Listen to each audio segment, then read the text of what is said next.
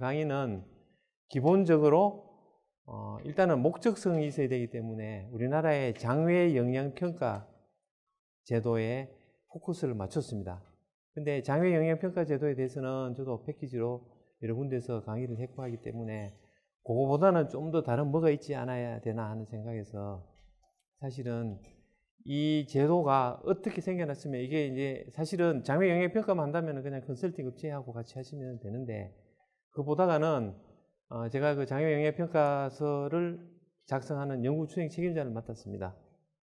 그래서 2014년도에 그 과제를 요 다 같이 강의하실 분들 다음에 강의하실 그 금종수 이택 대표님이든지 아니면 윤용호 박사님이든지 이런 분들하고 같이 다니면서 보고서도 썼고 그 다음에 업체들 대상으로 시범사업까지 같이 했습니다. 어떻게 보면은 저는 조금 운이 좋다고도 할 수 있어요. 사실은 공대가 어플리케이션 적용 쪽인데 거기에 관련돼서만 말씀드리자면 저 같은 경우는 어떻게 보면 제가 가르치던 과목을 제도에 어쨌든 간에 적용을 시킨 거거든요. 아마 이런 이런 경우를 가진 분들이 저는 이게 공대에서도 많지 않다고 생각이 됩니다. 근데 어쨌든 제가 주로 강의하던 과목, 나중에 이제 캐리어에서 나오겠지만은, 미국 가서부터 이렇게 쭉 강의했던 공정안전관리라는 그 과목에 대해서 공정안전이라는 과목을 어쨌든 제도와 접목을 시켰다는 점에서 저는 굉장히 보람도 느끼고 합니다. 그래서 제가 말씀드릴 내용은 이게 그러면은 이런 제도를 우리가 왜 만들었으며 어떻게 어디 걸 참조해서 도대체 만들었느냐 이런 걸 보면 과거를 보면은 이게 방향성이 있기 때문에 아마 미래도 이렇게 보일 거라고 생각이 됩니다. 그래서 이 부분에서는 지금 여기 미래 리더분들이 많이 계신 것 같은데 하나 좀 더 당부하고 부탁하고 싶은 말씀도 있고 그런 부분들이 있습니다. 요게 맨 처음에 그 실러버스에 있는 내용하고는 조금 리바이즈 됐던 부분인데, 이 사실은 요 뿌리를 거슬러 올라가 봤더니 세베소 사고에서 시작이 됐더라고요, 보니까. 여러분들 아마 안전 한번 하셨다 그러면은 세베소라는 단어는 아마 들어보셨을 건데, 이 세베소 사고가 일어나고 여기에서 파생돼서 쭉 환경에 대해서는 이 안전에 관련된 내용들을 갖다가 계속 리바이즈 하면서 오고 있다고 보시면 될 것 같습니다. 그래서 이런 내용들을 뿌리를 가르쳐 드리고 이게 우리나라하고 나중에 보면은 우리나라에도 환경에 대해서 대폭 강화됐던 부분들이 여러분들 아마 잘 아실 겁니다. 2012년에 있었던 추석 전전주였나 그랬죠 아마. 구미에서 불산 누출됐던 거 있죠, 그죠? 그게 직접적인 계기가 됐습니다. 저는 우스개로 소리로 환경부에 그런 얘기를 하는데 환경부가 운이 좋은 게 환경청이었다가 낙동강에서 페놀 한번 새니까 환경부로 되고, 그죠? 환경부에서 그동안에 했던 거는 대기, 수질, 폐기물 이랬습니다. 화학물질 안전은 없었어요. 그래서 좀 미안한 얘기지만 화공과 출신들이 그게 거의 없었는데 바로 못 붙였는데 구미 사고 딱 터지고 나니까 물론 이제 그 담당 국장이 뭐 강등되고 이런 아픔을 겪긴 했지만은 더 큰 도약을 해가지고 화학물질 안전이라는 큰 실이 하나 생겼어요. 1급이 관장하는. 그러니까 부처가 어떻게 보면은 사고가 한 번씩 터질 때마다 이게 커지는 좀 아이러니가 있는데, 이 부분은 역설적으로 얘기하면은 우리나라가 그동안에 안전에 사실은 투자를 해야 될 부분, 환경에 투자해야 될 부분에 대해서 굉장히 좀 등한했다고 볼 수 있어요. 제가 오늘 오다가 잠깐 이렇게 넘겨봤는데 그런 얘기가 올라와 있더라고요. 우리나라 내년도 올해 참 2017년 예산 400조입니다. 혹시 그거 보셨어요? 독일이 414조래요. 근데 우리나라 국방비 40억? 독일도 비슷하게 쓰는데 하여튼 거기서는 군인들 월급 주고 대학까지 무사관 교육 이렇게 쭉 되는데 우리는 왜 안 되냐? 도대체 어디다가 돈이 새는 거냐? 뭐 이런 얘기를 올려놨던데, 저는 환경 부분도 저는 마찬가지라고 봅니다. 이런 부분이 굉장히 좀 안타까운 부분들이 있어요. 우리가 쓰는 거에 비해 가지고 안전이나 환경에 대해서 투자가 좀 인색하지 않나 생각이 됩니다. 요거는 정부의 책임도 있고요.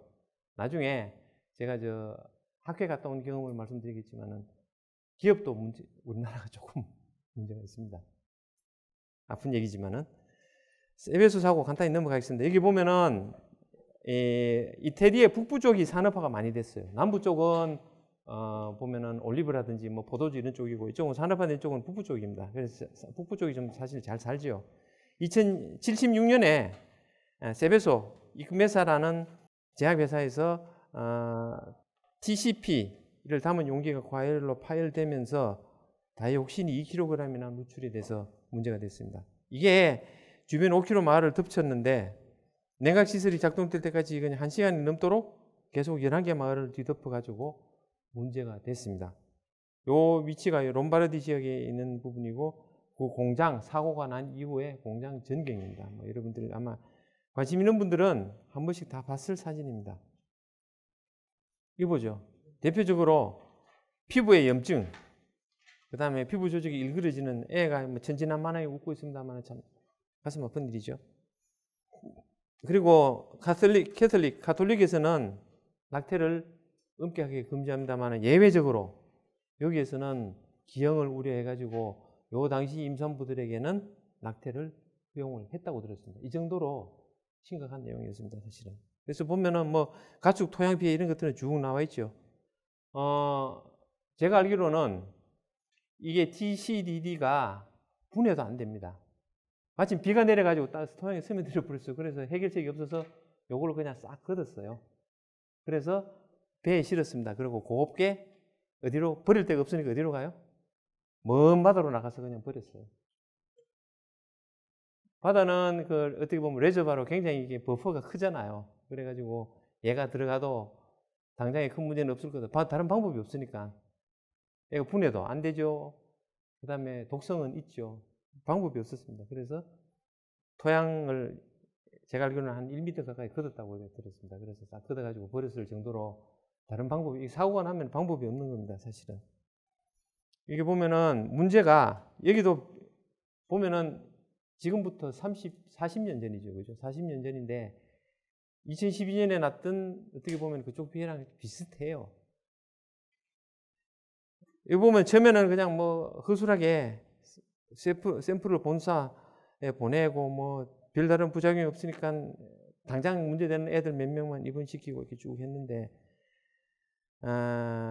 이거 문제됐다. 본사에서 TCDD가 된 것 같다. 샘플을 보냈더니 그랬더니 이제 일주일 후에야 공장을 폐쇄시키고 그 다음에 실제로 주민 이주시킨 게 16일이 됩니다.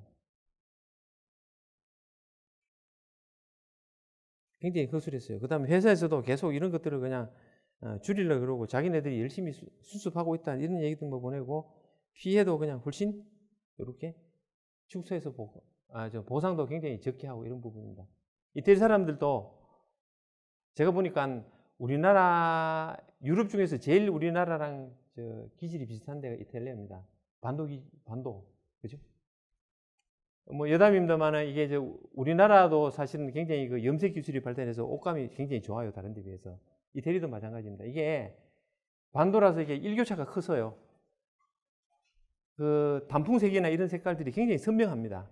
영국은 색깔이 파스텔 톤으로 옷이 우중충하죠. 그죠? 얘들은 그런 색을 보지를 못해요. 단풍색. 명확한 단풍색을 보지를 못해요. 그 다음에 반도다 보니까 추울 때는 화끈하게 춥고 더울 때는 화끈하게 덥고 이 사람들도 화끈합니다.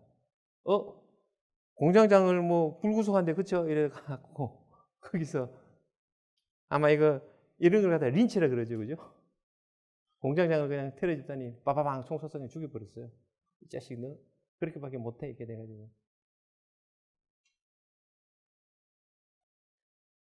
근데 EU 국가 요거를 저는 이제 다른 데서 아티클을 읽었습니다만 크로스 프론티어라 그래가지고 프론티어라는 거는 경계를 얘기하는데 유럽 국가들이 이렇게 몇 개가 국경선을 딱딱 맞대고 있기 때문에 국경을 넘어서 이렇게 문제가 되는 이게 이태리 북쪽인데 이태리만 문제가 됐겠어요. 다른 나라도 다 문제가 됐습니다. 그래서 이렇게 안 되겠다. 우리 그때 이제 EC였습니다. 82년에 EC 대응 차원에서 뭘 만들자 그래서 세베소 디렉티브라는 걸 제정을 했습니다.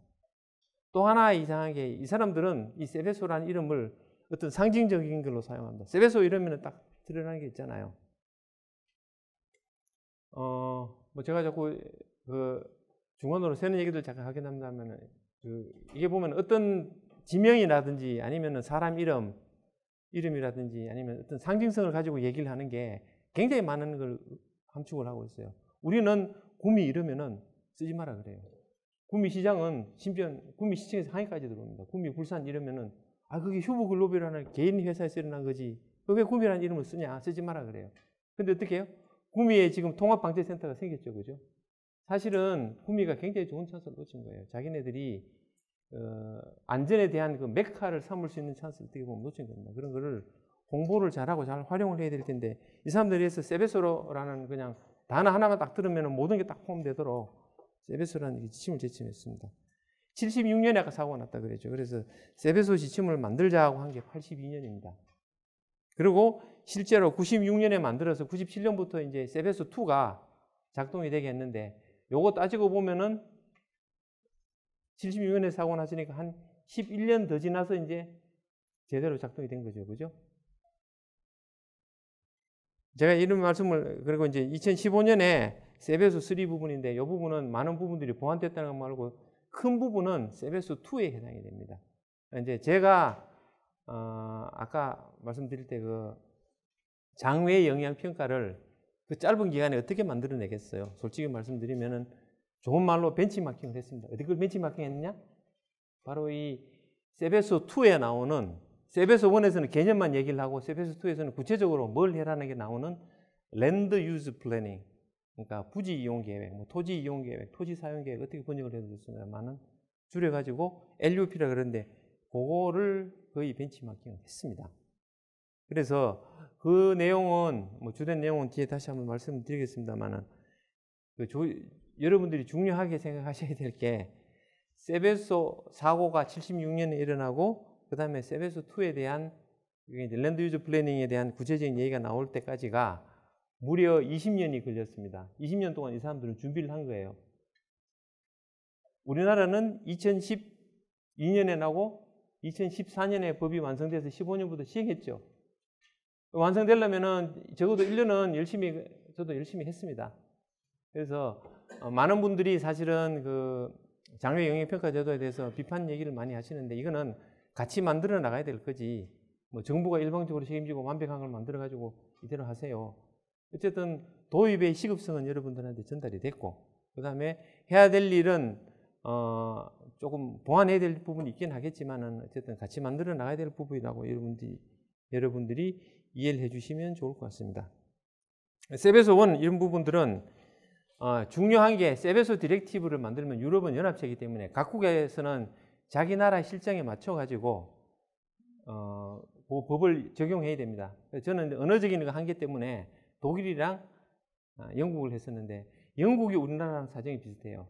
얼마 전에 영국 사람이 와서 이제 그 통합환경관리 쪽, 그래서 BAT 얘기를 하면서 그런 얘기들 하더라고요. 이 영국이 왜 우리나라하고 비슷하냐 생각해 봤더니 섬이기 때문에 쓸 수 있는 땅이 한정되어 있어요. 그래서 요목조목 잘 써야 됩니다. 여기는 뭐 쓰고 여기는 뭐 쓰고. 미국처럼 땅이 넓으면 그냥 상관없어요. 공장 하나 지어놓고 반경 5km에 아무것도 짓지 마세요. 이러면 땡 끝입니다. 근데 우리는 이러면은 공장 더 쓸 데가 없습니다. 그러면은 반경 500m 내에서는 뭐 예를 들면은 주차장은 괜찮고 공장이나 다른 건 써도 괜찮고 그 인에서는 뭐 얼마 사람들 한 10명 사는 집은 괜찮고 쭉 넘어가서 이렇게 부지 사용 계획을 나름대로 좀 체계적으로 만들어야 우리나라 땅이 쓸모있게 되잖아요. 그래서 영국 쪽을 참조를 했고 독일은 뭐 대륙 쪽이니까 거기서 제가 내용을 참조를 했습니다. 약간 다릅니다. 그래서 보면은 이 지침의 취지를 즉시 법규로 운영하는 체제를 갖추도록 각 나라의 실정에 맞게, 그러니까 뼈대를 세베소 지침으로 두고 여기 맞춰가지고 우리나라는 그거를 이행하기 위해서 요렇게 제도를 만들고 관청을 만들고 조직을 운용합니다. 뭐 이런 내용들이죠. 여기 보면은 뭐 대형 사고 방지 의무, 대응 대책, 교육 수행 이런 것들이 주로 뼈대로 되어 있습니다. 사실 보면은 우리가 뭐 지피지기면 백전불태 뭐 손자병법에 나와 있는 얘기입니다만은 이게 그런 내용이죠. 우리 공장이 위험을 규정하는 게 몇 가지 안 돼요. 사실은 따지고 보면 뼈대가 어떤 물질을 취급하느냐, 얼마만큼 양을 취급하느냐, 그죠? 공정이 마일드하냐, 시비어하냐 그런 것들이겠죠, 그죠? 그거 빼놓고 나면은 나머지 부분은 오히려 보면은 큰 문제가 안 되는 부분들입니다. 이런 것들을 가지고 아마 내일 모레 이어지는 강의에서 진짜 직접 이제 실습을 해보실 텐데 하나 공정을 선택해가지고 그런 거를 실제로 이 정도면 어느 정도 위험하다는 걸 갖다가 이제 아는 부분, 알아가시는 그런 과정이 된다고 보겠습니다. 세베스2 뭐 여러 가지 내용이 있습니다. 관청을 지정해라. 우리나라 같으면은 화학물질 안전원이 되겠죠. 그 다음에 비밀 보장하고 뭐 정보를 서로 나라끼리 주고받고 이런 것들이 되고 여기 보면은 주요 내용이 랜드 유즈 플래닝 내용이 되어 있습니다. 이게 대해서 심사를 받고 해당 관청이 관여하고 지역 주민이 참여를 하게 만들어 놔라. 이런 내용들이 들어있고 여기 보면 디렉티브 2에 12조에 보면 토지 사용계획 적정거리 많이 들어본 얘기입니다. 그 다음에 추가적인 기술 방안 이게 뭐죠? 안전조치 이런 것들을 더해가지고 어쨌든 간에 안전이 확보되도록 해라 하는 내용들을 지금 이렇게 되어 있습니다. 잠깐 죄송합니다. 혹시 여기 장애 영향 평가에 대해서 한 번도 들어본 적이 없다. 그래요? 좋습니다. 제가 이제 전체적으로 어떻게 이 설명을 어느 정도까지 설명을 해줘야 될까를 제가 감을 잡아야 되기 때문에 그 다음에 장애 영향 평가라는 말은 들어봤는데 뭐 구체적으로 어떻게 하는 건지 잘 모른다. 아니면 PSM도 해본 적이 없다. 그래요? 예, 좋습니다. 한 반 정도가 그런 분들이네. 3분의 1 넘어가 거기에 대해서 있는 부분인데, 그럼 거기에 대해서 제가 이제 간단하게 한 2, 3분만 이렇게 설명을 드리면 어떤가 하면은 위험한 물질을 다뤄요. 어떤 사업장에서. 그러면은 이 위험한 물질을 다룰 때 얘가 사고가 뻥 터지면은 거기 있는 근로자만 다칠지 아니면 불산처럼 막 이렇게 구미불산처럼 이렇게 막 새나가가지고 주변에 시설이라든지 아니면 농작물이 이렇게 피해를 미칠지 그거를 우리가 나름대로 미리 예상을 하고 평가를 해야 돼요. 그걸 이제 우리가 이제 이밸류에이션 평가한다고 그럽니다. 정밀 평가하는 건 이제 어세스먼트라고 얘기를 해요. 그래서 보면은 그거를 하는 게 거기에 들어가는 게 중요한 요소들이 첫째 어떤 물질을 다루느냐. 독한 놈 다루면은 당연히 조금만 다뤄도 조심해서 다뤄야 되겠죠, 그죠? 그 다음에 공정이 얘가 온도가 뭐 예를 들어서 뭐 1기압에 뭐 80도 이러면은 큰 문제가 안 됩니다. 그 다음에 근데 한 20기압에 500도 이래 돼 버리면은 나중에 뻥 하면은 그 압력 때문에라도 멀리서 새 나가겠죠, 그죠? 뭐 그런 것들이 있기 때문에 공정의 상태가 굉장히 중요합니다. 얘가 마일드하냐, 시비하냐. 그 다음에 이 양이 많으냐, 적으냐도 문제가 되겠죠. 이게 막 복합적으로 섞여 있으면 이제 약간 굉장히 이제 간단한 것만 말씀드렸고 복합적으로 이런 것들이 막 섞여 있으면은 이제 복잡해지는 겁니다. 그래서 그런 것들을 어떻게 적은 노력을 들이고 우리가 우리는 뭐 안전밸브도 갖췄고요, 뭐 재질도 좋은 재질을 써가지고 타이타늄을 써가지고 튼튼하고요. 그 다음에 뭐 그런 것들 있죠. 용접 기술도 뭐 일정 이상 되는 수준을 용접을 해가지고 뭐 셀륨여도 적고요. 이런 식으로 되면은 그러면은 안정이 됐네요 하고 서로 이제 여기는 세베소에서는 얘기하는 유럽에서 얘기하는 게 주민들 참여도 들어있는데 아직은 우리나라는 주민 참여는 그렇게 크지는 않습니다. 정부랑 기업이랑 서로 같은 언어로 얘기하는, 같은 기술 수준으로 얘기하는 거죠. 우리는 이렇게 갖춰서 안전하게 운영하고 있습니다. 그러면 정부에서 보고 그러네요. 아니면 이런 부분은 부족합니다. 여기는 안전밸브가 하나 더 들어가야 될 것 같은데 어떻게 생각하십니까? 근데 그렇게 이제 서로 기술적으로 얘기를 하는 부분이 되겠습니다. 그래서 보면은 적정거리 얼마를 떼야 될 거냐, 아니면 추가적으로 말씀드린 대로 밸브를 더 달 건지 워터 커튼을 칠 건지 뭐 이런 것들을 서로 얘기하게 되는 거죠. 이제 여기 보면은 새로운 언제 쓰느냐, 우리가 했던 거 그대로입니다. 어디 솔직히 말씀드렸지만 짧은 시간에 하늘에서 쟤도 뚝 떨어졌겠어요? 새로운 시설의 입지 선정, 기존 시설의 변경 요거 할 때 다 하도록 만들어 놨습니다. 요게 세베스2라 그랬죠, 그죠? 요거는 이미 97년부터 활용이 돼가지고 쭉 됐던 거고 세베스3가 2015년에 발효가 됐습니다만 그 부분은 좀 더 세밀한 부분들이 많이 들어갔다 보니 정보에 대한 거 아니면 주민들의 알 권리 이런 것들이 강화됐다 보니지 대부분의 뼈단이 세베스2에서 다 정의가 된 겁니다. 그래서 보면은 시설과 주택 사이에 적정 거리를 유지를 해라. 이런 내용들이 들어있습니다. 세베소 3 같은 경우는 뭐 업데이트라든지 말씀드린 대로 앞에 거에 비해서는 굉장히 마이너한 부분들입니다. 컴퓨터에는 다 갖춰놓고 여기 보면은 뭐 결정 과정에 참여할 시민들의 알 권리, 그다음에 뭐 이런 것들 행정 부담을 간소화하기 위한 거. 그다음에 작년부터 우리도 그러니까 GHS, MSDS 대신에 GHS에 대해서 얘기가 많이 나오고 있습니다만은 이 GHS 이런 부분들에 대한 위험 표시제도 개정 이게 다 되어 있습니다. 저도 강의를 하면서 느끼는 건데 텍스트를 메시지 전달 효과 1로 보면은 표는 한 10 정도 됩니다. 그 다음에 그림은 한 100 정도 돼요. GHS가 보면은 그림을 많이 많이 되어 있습니다. 이게 그림으로 되는 걸 갖다가 이게 아시겠지만 글로벌리 하모나이즈드. 그러니까 우리 지구에 있는 사람들은 다 알도록 기호를 통일한 거죠. 그죠? 그래가지고, 이거는 위험한 물질이네, 뭐, 부식성이 있네, 피부에 닿으면 안 되겠네, 뭐 이런 것들 딱 그림으로 보면 알 수 있게 그렇게 하는 부분이 되겠습니다. 여기 발생 과정 처리 이렇게 쭉 되어 있는데, 뭐, 일시는 이게 나와 있고요. 보팔도 아마 이게 여러분들이 말씀을 많이 들어봤을 겁니다.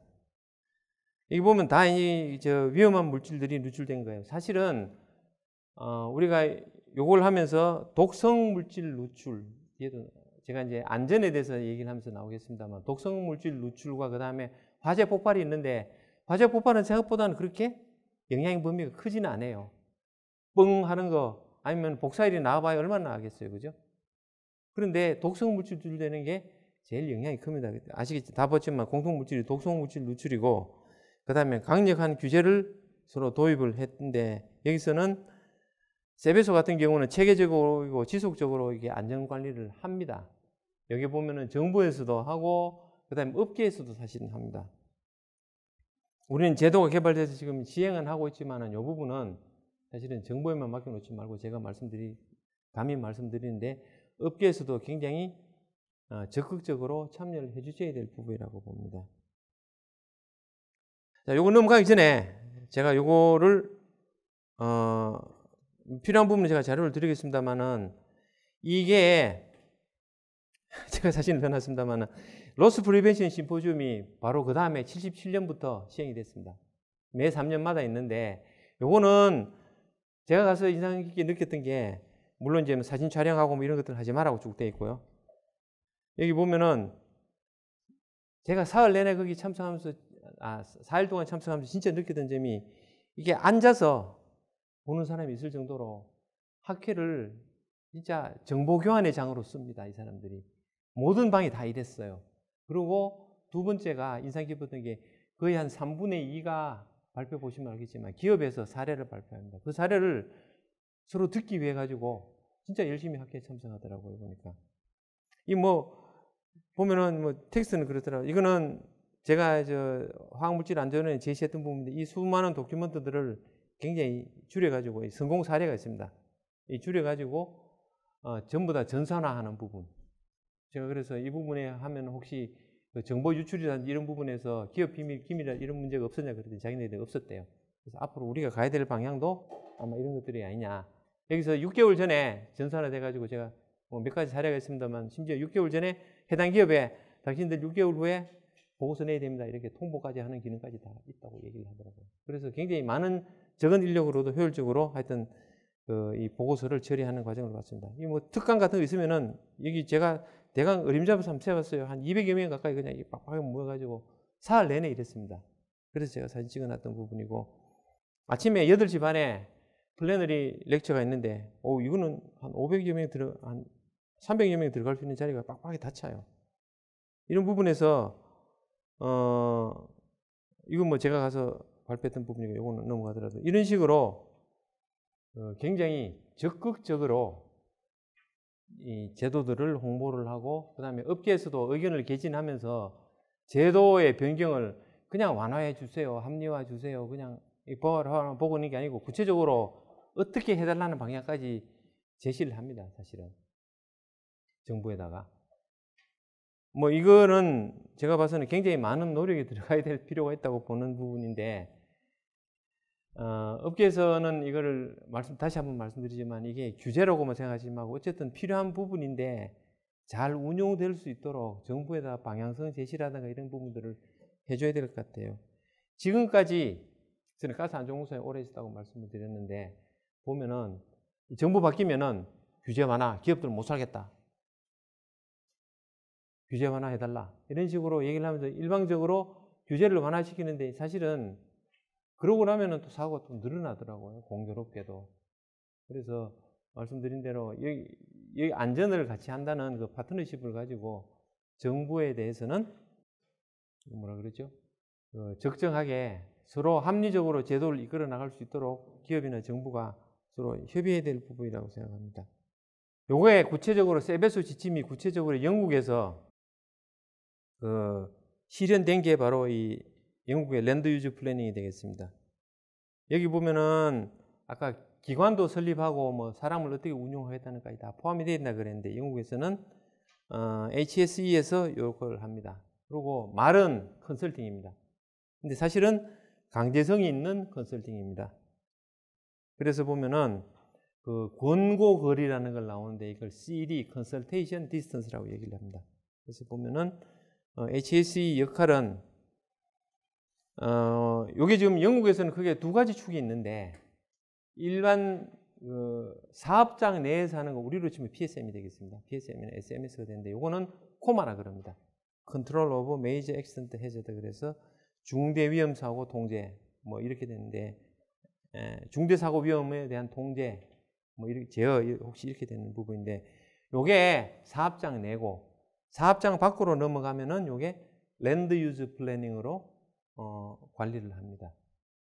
크게 두 축이라고 보시면 될 것 같아요. 관련돼서 전체적으로 여기 보면 아티클 10 of Town and Country Planning, 여기 보면 Town and Country Planning 이렇게 되어 있습니다. 스케줄 5 of Town and Country Planning 이렇게 해서 도시나 아니면은 시골 지역을 사용 계획을 설정할 때 위험 지역을 어떻게 관리하느냐 하는 부분이 나와 있습니다.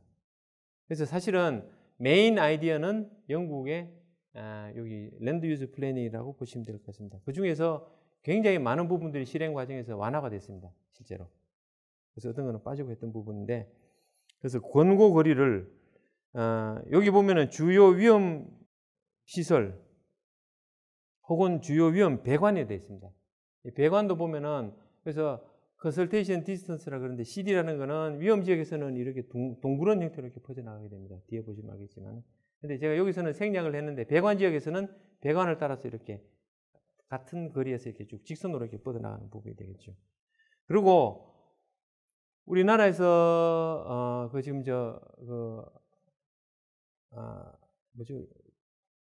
코라를 개발해서 여러분들한테 보내드렸듯이, 영국에서도 패디라는 걸 개발해가지고 이런 것들을 좀 손쉽게 우선 이렇게 검사해 볼 수 있도록 만들어 놨습니다. 여러분 앞에 부분 요거는 여러분들이 그냥 읽어보셔도 될 내용이고, 뒤에 부분 여기 보시죠. 여기 보면 코마 사이트라고 되어 있습니다. 이게 위험물을 취급하는 겁니다. 재취급이라는 거는 제조, 저장, 운송 어떻게 하여튼 뭐 다루는 겁니다. 핸들링 하는 사이트가 요래 있으면은 요걸 코마 사이트라 그러면 요 시설 내에서는 코마라는 법을 적용을 하고, 그 다음에 요 시설에 따라 가지고 이너 존, 그 다음 미들 존, 아우터 존. 여기 보면은 이너라고 되어 있는데 요거는 5기가 된 겁니다. 이게 지금 거기 사이트에 나와 있는 걸 제가 그대로 따와가지고 오래가지고 붙이다 보니까 이렇게 되는데, 요거는 아우터 존입니다, 사실은. 그죠? 그래서 이너 존, 미들 존, 아우터 존 이렇게 되어 있는데, 여기에 위험에 노출될 단계에 따라 가지고 이렇게 쭉 했는데, 우리나라에서도 보면은 ERPG2에 해당되는 ERPG1, ERPG2, ERPG3 이런 식으로 해서 요런 비슷하게 이제 존을 잡기는 잡았습니다. 그래서 보면은 요 안에 뒤에 다시 한번 나오겠습니다만은 민감도 수준을 크게 4가지로 구분합니다. 그래가지고 개발 지역 내 인구 및 그들의 취약성에 따라 가지고, 여기 보면은 레벨 1 센시티비티라는 거는 민감도가 1인 거는 굉장히 민감성이 적은 거예요. 그때 보면 공장이라든지, 여기 보면은 공장이라든지 뭐 이런 것들이 민감도 1에 해당되고, 그 다음에 민감도 4라는 거는 굉장히 민감한 겁니다. 그래서 보면은 대규모 스타디움 같은 거, 축구 경기장, 그죠? 그 다음에 대규모 병원 이런 것들이 민감도 4가 되겠습니다. 그래서 여기 보면은 이너존, 그러니까 내원에서는 DAA라는 거는 Do not advise against development. 그러니까 지어도 된다 이 소리예요. 말이 좀 어려운데. 그러니까 advise against라는 거는 반대하다는 얘기죠. 그죠? advise라는 거는 짓지 마라는 얘기를 안 한다 이 소리예요. 그죠? 짓지 마라는 얘기를 안 한다 이 소리. 그러니까 지어도 된다 이 소리입니다. 결국은. DAA라고 하는 거는 그러면 AA라는 거는 어떤 소리가 하냐면 advise against. 그러니까 짓지 마라 라고 권고한다 이 소리죠. 그죠? 그래서 보면은 여기는 1번 내원에서는 이너존에서는 공장 같은 거는 지어도 되고 그 다음에 집은 지으면 안 되고 이렇게 되는 겁니다. 그 다음에 vulnerable members 이거는 취약계층을 얘기하는 겁니다. vulnerable이 취약하다는 뜻이니까 애들이라든지 뭐 이런 사람들 요런 시설도 지어서도 안 되고 그 다음에 대규모 스타디움 같은 경기장을 지어서도 안 되고 이런 것들은 요 안에서는 지으면 안 된다는 얘기죠. 바깥쪽에서는 봅시다. 그러면 공장 오케이. 그 다음에 집도 오케이. 그 다음에 취약시설 계층 오케이. 그러나 대규모 스타디움 같은 거는 안 됨. 이런 식으로 해석을 하시면 될 것 같습니다. 구체적으로 한번 볼까요? 여기는 뭐 세부적인 사항들이 적어 있는데 앞에 있는 내용들을 그냥 설명을 드린 거라고 보시면 될 것 같습니다. 여기에 폭곡물 생산 시설에 대한 사례 부분인데 예를 들면은 이 사람들이 공장 부지를 이렇게 까맣게 소유구역이죠. 공장 부지를 이렇게 갖고 있어요. 시설을 허가를 이렇게 받았어요. 그런데 요런데 시설에서 생산을 하기 때문에 위험을 평가해 봐서 등고선을 그려봤더니 위험 등고선을 그려봤더니 여기는 요 바깥에 요런 얘 때문에 요 동그라미 생기겠죠. 얘 때문에 이런 동그라미 생기겠고 요 바깥에는 교통시설을 왔다 갔다 해도 돼요. 도로는 내도 돼요. 그 다음에 요 바깥 노란선 바깥에는 사람이 살아도 되는 부분이에요. 일반 사람들 그죠? 그러면 이 보라색 부분 원 바깥 부분은 취약자들이 살 수 있는 구역이 이렇게 됩니다. 이런 식으로 구역을 따로 설정을 하는 게 바로 영국의 토지 이용계획 랜드 유즈 플래닝이 되겠습니다. 볼까요? 여기가 사이트가 있습니다. 이게 사이트라는 거는 아까 말씀드린 코마 사이트, 우리나라의 PSM이나 아니면 SS가 해당되는 적용받는 지역입니다. 이 지역에서 원을 그려봤더니 이너존은 빨간색, 미들존은 초록색, 아우터존은 이렇게 파란색으로 되는데 여기다가 뭘 지으려고 그랬더니 봤더니 이게 이너존에 들어가네요. 이너존에 들어가는 거는 파킹 라트, 주차장은 되겠죠. 그죠? 여러분들 생각하실 때 여기 그게 내놨습니다. 그 다음에 공장 됩니다. 오케이. 근데 여기 보면은 뭐 아파트 같은 거, 집 이런 거는 안 되죠. X입니다. 그 다음에 병원, 하스피털 이런 것도 안 됩니다. X. 스타디움, 대규모 스타디움, 대규모 병원 당연히 안 되죠. X. 이렇게 되는 겁니다. 이런 식으로 해서 뭐 그림으로 그냥 이렇게 쉽게 표시를 해놨는데 그러면은 요런 전체 개념은 있습니다. 근데 이걸 갖다가 요 존을 어떻게 그리느냐, 계산해가지고 어떻게 협의를 하느냐. 이게 기업 입장에서는 가급적이면 적게 하려고 그러겠죠. 그죠? 좁혀서 얘기를 하려고 그러겠죠. 그래, 허가가 나니까. 그러니까 정부에서는 공공의 안전을 확보를 위해 가지고 가급적이면 아마 충분히 그러니까 보수적으로 컨서버티브하게 계산을 하려고 그럴 겁니다. 그래서 서로 협의를 해가지고 그러면은 됐다 안 됐다를 갖다가 결정을 하게 되겠죠. 제가 안전을 처음 전공하면서 95년도에 가스안전공사 갔습니다만은 96년도 가자마자 6개월 안 돼가지고 한 3주 영국에 연수를 떠났어요.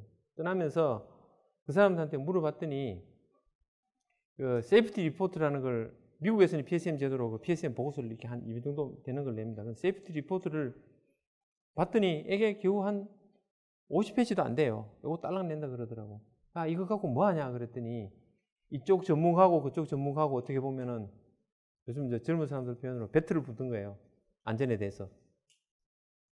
그러니까 안에 있는 내용을 다 포함하고 나머지 부분은 서로가 안전이 충분하다 안 하다를 갖다가 하나하나 맞춰가면서 서로 심사를 하면서 붙는 거예요. 미국은 그런 것들을 전부 다 문서로 만들어가지고 우리도 마찬가지죠. 그죠? 문서로 만들어가지고 다 내야 되죠. 일단은.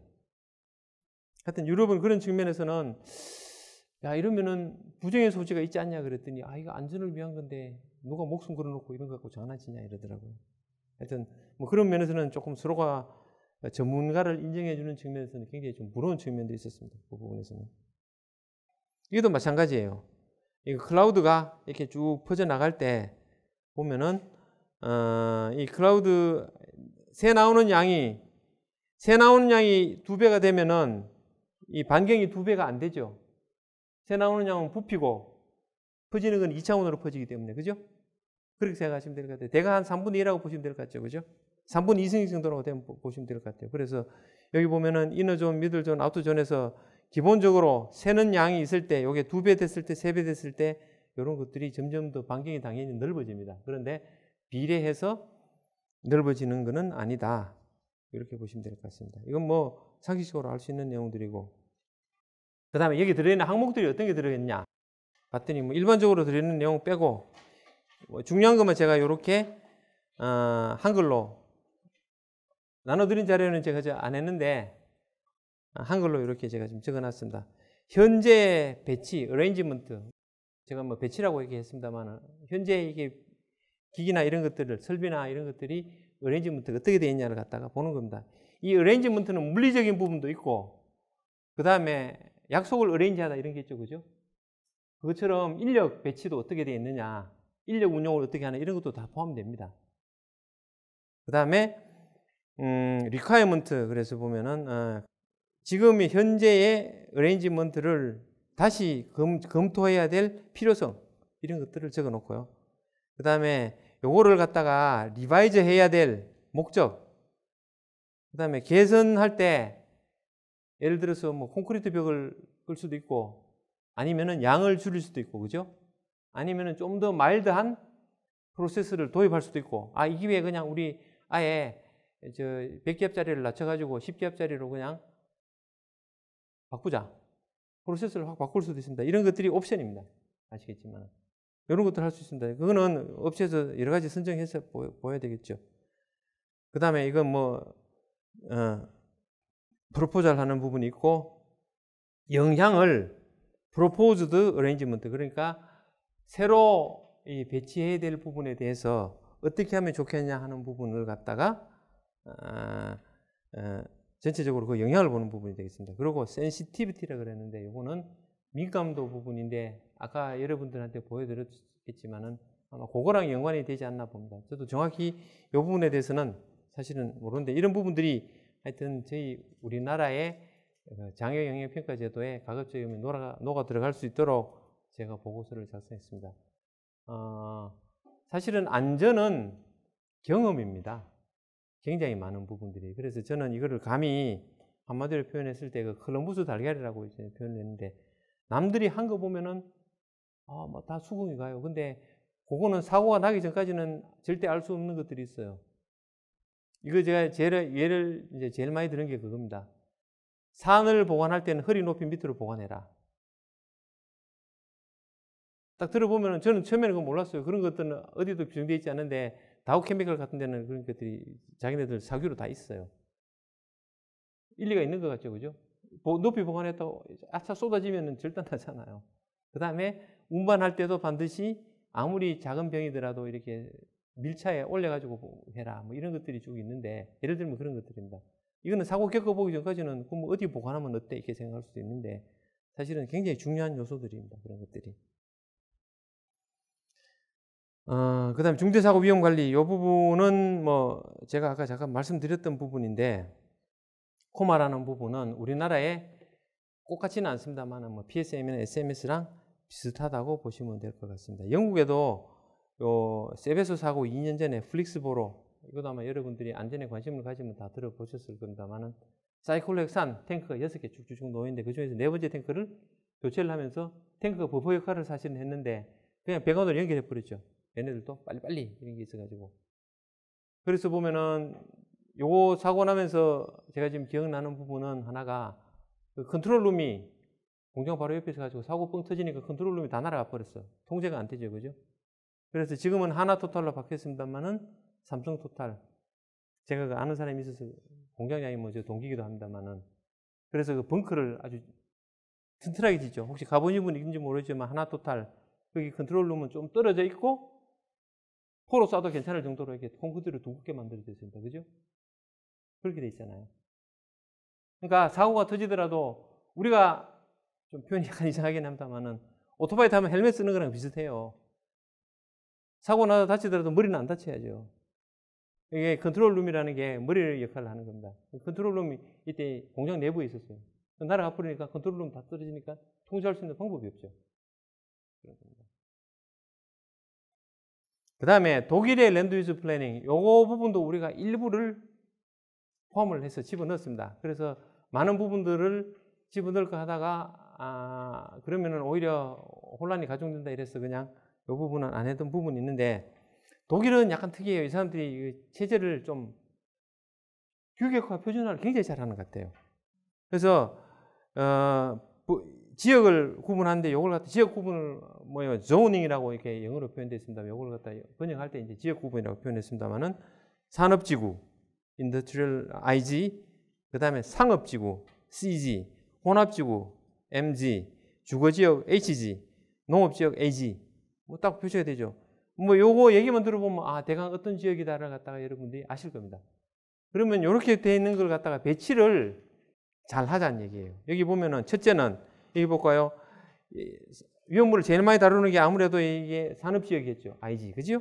IG 옆에 에그리컬처, 이거 미스도 큰 문제 없어요. CG, 커머셜 있어도 큰 문제 없어요. 믹스드 존, 하우스 존 이게 제일 이거 취약적으로 봤는데 이게 멀리 떨어져 있으니까 이건 오케이 되는 겁니다. 근데 요게 IG 옆에 HG가 있으면 곤란하다는 얘기예요. 집이 있으면은. MG 같은 거는 괜찮은데, 그래서 이런 것들은 유해 물질을 많이 다루는 공업지역의 인근에 민감도가 큰 거주지역이 있어서 이거는 문제다. 이렇게 보는 겁니다. 독일은 제가 봤더니 뭐 그 LUP 가이던스라 그래서 SFK/TAA GS1 2005년에 발효된 요거를 적용을 하고 있다고 제가 알았습니다. 그래서 보면은 실제적으로 그 안전거리를 산정하는 사례가 크게 두 가지가 있는데, 기존 시설의 경우입니다. 뒤에 거는 신규 시설의 경우고, 기존 시설은 시설에서 어떤 물질을 쓰고 양이 얼마고, 그 다음에 여기 기술적으로 어떤 조치, 메저가 뭐 측정 이런 것도 있지만 조치 이런 것도 있네. 복수로 쓰면 조치란 얘기입니다. 메저스를 쓰면은 어떤 기술적인 뭐 조치 사항들을 가지고 있는지 이런 것들이 있고, 그 다음에 시나리오도 여기 다 알고 있습니다. 그래서 보면은 어느 정도까지 이렇게 확산돼 나갈 건가 이런 것들을 다 알고 있습니다. 그래서 요걸 가지고 레지던셜 에리아, 그러니까 거주지역입니다. 요 거주지역까지 거리를 측정을 하는데, 요걸 가지고 어느 정도까지가 됐는지 안 됐는지 하는 걸 갖다가 산정을 하게 됩니다. 그러면은 신규 같은 경우는 어떻게 되느냐? 이럴 때는 잘 모릅니다. 이런 것들 앞에 얘기했던 것들이 다 몰라요. 그래서 보면은 허용 농도 기준과 취약성 평가 결과로부터 이런 것들을 고려해서 안전거리를 거꾸로 산정해가지고 이게 오케이 되냐 안 되냐 이런 걸 확보했는지 여부를 갖다가 거꾸로 평가를 하게 되는 부분이 되겠습니다. 어떻게 보면은 뭐 두개 비슷하다고 볼 수 있지만 어쨌든 간에 이 부분은 거꾸로 이걸 모르는 상태에서 평가를 해서 이게 되는지 안 되는지를 보는 건데, 어떤 순서로 평가를 하느냐? 여기에 보면은 RAD라고 이렇게 표현이 되어 있는데, Reliability and Hazard Assessment 데이터베이스를 활용해서 신규 시설의 경우에 우리나라처럼 이렇게, 사실은 저도 이 부분은 약간 처음에는 이럴 필요가 있다고 봅니다. 근데 시간이 좀 지나면은 어떻게 보면 좀 노가다성이 굉장히 많아요. 인력 소모라든지 아니면 투자해야 될, 우리가 이제 리소스라고 얘기를 하는데 제가 감히 비평을 하기 그렇습니다만은 사람, 돈, 인력 이 굉장히 많이 투자가 돼야 됩니다. 사실은 굉장히 많은 부분이 루틴한 업무 있잖아요. LUP 제네릭이라고 되어 있는데 일반적인 데이터베이스로 그냥 평가해가지고 오케이 하고 넘어가야 될 부분들이 많아요. 근데 지금은 처음 하는 거기 때문에 이런 것도 일일이 다 지금 QRA 돌려가지고 내게 되어 있습니다. 이게 보면은, 여기서 보면은 일반적인 시나리오, 어떤 사이트라 그러면은 아마 내일 다룰 게 그 에틸렌 옥사이드를 가지고 에틸렌 옥사이드 알코올을 만드는 그 프로세스일 겁니다. 아마 에틸렌 옥사이드 뭐 참고삼아 내일도 말씀드리겠지만 잠깐 말씀드리면은, 얘가 왜 에틸렌 옥사이드를 선정했냐면은 독성도 굉장히 강합니다. 그죠? 에틸렌 옥사이드가 의료기기의 그 살균제로 쓰여요. 의료기기 같은 경우는 부식성 있고 뭐 이러면 좀 곤란하잖아요. 의료기기에 보면은 미생물이 이 에틸렌 옥사이드 만나면은 생체에 무슨 그 꼬리가 끊어져서 다 이게 멸균돼서 죽어버린다 그러더라고요. 그래서 멸균 장치로 쓰는데 얘가 또 폭발 범위도 넓어요. 에틸렌 옥사이드 산소 있잖아요. 참고 삼아 그 도시가스, 이게 저 메탄이 주성분인데 도시가스의 폭발 범위는 5%에서 15%입니다. 그러니까 5%보다 낮으면 폭발 에너지가 충분하잖아요. 폭발 안 해요. 근데 15% 넘으면 거꾸로 산소가 모자라서 폭발이 안 됩니다. 근데 에틸렌 옥사이드는 제가 알기로는 아마 2%에서 90몇 %까지로 알고 있어요. 하여튼 이놈이 굉장히 폭발성도 강하고, 그 다음에 거의 일산화탄소만큼의 독성을 가지고 있습니다. LD50, LC50 그런 얘기 뭐 들어보셨을 텐데, 그죠? G로 갖다 실험을 했을 때, G랑 사람이랑 유전자가 거의 90% 이상 일치한대요. 포유류이기 때문에. 그래서 G 요만한 거, 예를 들어 500g짜리 가지고 실험했을 때, 요거 100배 하면은 50kg 사람 몸무게하고 비슷하게 되는 거죠. 그죠? G에 주사했을 때 10ppm으로 문제가 된다 그러면 사람은 1000ppm 정도 되면 문제가 된다. 이렇게 이제 우리가 생체로 실험을 못 하니까 G로 가지고 실험을 해가지고 이제 그 데이터를 얻어 쓰는 겁니다. 하여튼 뭐, 하여튼 그런 얘기인데, 이런 제네릭 하는 부분들이 있기 때문에 이걸 가지고 시나리오를 써가지고, 이거 괜찮네 이러면 그냥 오케이 넘어가 버리면 돼요. 근데 이게 compatible, 이게 오케이라는 얘기죠. 그죠? incompatible. 그래서 서로 상응하지 않은, 상충될 때는 뭐냐 하면은 QRL을 해야 되는 부분입니다. 그래서 QRL을 해가지고 케이스 바이 케이스에서 보완 조치를 충분히 해가지고 다시 한 번 더 얘들이 만족하냐 안 하냐를 보는 부분이 되겠습니다. 요게 독일의 경우 그 랜드 유즈 플래닝을 운용하는 방법이 되겠습니다. 그래서 구체적으로 그럼 어떻게 되느냐? 얘들은 클래스 1, 2, 3, 4로 나눴습니다. 클래스 1에 해당되는 거는, 죄송합니다. 클래스 1에 해당되는 거는 포스젠. 아시죠, 이거? 독일 군들이 1차 대전 때 독해수로 썼던 거. 맞죠, 그죠? 포스겐가로 얘기하는 포스겐, 그 다음에 아크롤레인, 클로린, 설퍼 다이옥사이드. 죄송합니다. 클로린까지는, 클로린까지가 클래스 1에 속합니다. 그래서, 여기 DN15 이렇게 되는데, 독일 같은 경우는 자기네들이 이때까지 사고 났던 거 쭉 봤더니, 구멍에서 홀이 나는 게, 파이프 배관에서 홀이 나는 게, 그게 두 가지 케이스로 그냥 봤어요. 그래서 DN15하고 DN18인가 뭐 그 두 가지로, 18인가 이렇게 두 가지로 나눴습니다. 근데 여기 아마 작은 구멍으로 알고 있는데, 이게 작은 구멍이 났을 때도 거리가 한 1400m, 1450m 정도 나가더라. 이렇게 해서 클로린, 포스겐 공장, 클래스 1에 해당되는 거는 포스겐, 아크롤레인, 클로린은 무조건 그냥 1500m 이상 이 거리를 마련해라. 이렇게 되어 있습니다. 그 다음 클래스 2에 해당되는 건 뭐예요? 그러면은, 하이드로전, SO2, 그 다음에, SO3, 포르말린, HCO3, 뭐 이런 것들, 이런 것들은 클래스 2에 해당됩니다. 그러면은 거리들이 각각 좀 다르게 나오는데 얘들은 비슷한 위험이니까 너네들은 900m 뛰어라. 그죠? 클래스 3 뭐 이렇게 쭉 돼서 메탄올 같은 경우는 뭐 독성도 있고 그 다음에 파이어, 가연성도 이런 부분인데 요거는 독성에 해당되는 부분이 되겠습니다만 이런 것들은 이제 클래스 1 낮은 것들 밑에 내려올수록 이 마일드한 놈들입니다. 그래서 얘들은 이 디스턴스를 200m 띄우는 걸로 이렇게 독일은 최종적으로 그렇게 결론을 내려가지고 운용을 하고 있습니다. 그 다음 그 OECD 지침 부분을 말씀드리면은 OECD 같은 경우는 요게 국가적으로 자기네들이 가지고 있는 부분인데 여러 국가에 대해서 얘기를 하다 보니까 어떻게 보면 선언적인 의미 이런 부분들이 많습니다. 예방과 완화에 도움이 된다. 그리고 부지 선정이나 기존 시설 변경에도 적용한다. 그 다음에 요거는 전략이지 이걸 했다 그래가지고 우리는 이 랜드 유즈 플래닝 했으니까 사고 안 납니다. 끝납니다. 모든 안전조치 다 했습니다. 이게 아니란 얘기예요. 요거를 그러면 어떻게 잘 관리할 건가 하는 전략을 짜기 위한 보조수단이지 이게 큐-올, 만병통치약은 아니란 얘기입니다. 그 다음에 여기 뭐 정부 지침에서 해야 될 부분들 정부가 그 기업과 잘 협조해서 얘기를 해라. 그런 부분들이 나와 있습니다. 그 다음에 선진 기술을 도입할 때 여기 보면은 사회적인 경제적인 요소를 모두 고려를 해서 보면은 그 화재 부분은 결과에 의해서 해야 보고, 그 다음에 독성이나 아니면 인화성 부분은 위험도에 근거를 해가지고 해라. 그 다음에 그거 하기 전에 일반적인 방법으로 한번 측정을 해서 괜찮은지 만족한지 안 한지를 한번 봐라. 뭐 이런 내용들이 쭉 들어 있습니다. 그 다음 여기 뭐 일반적인 내용인데 다시 한번 더 말씀드리면은 커뮤니케이션을 충분히 하고 이런 것들이 합리적으로 운영이 되게 하라 하는 내용들이 주로 들어 있습니다.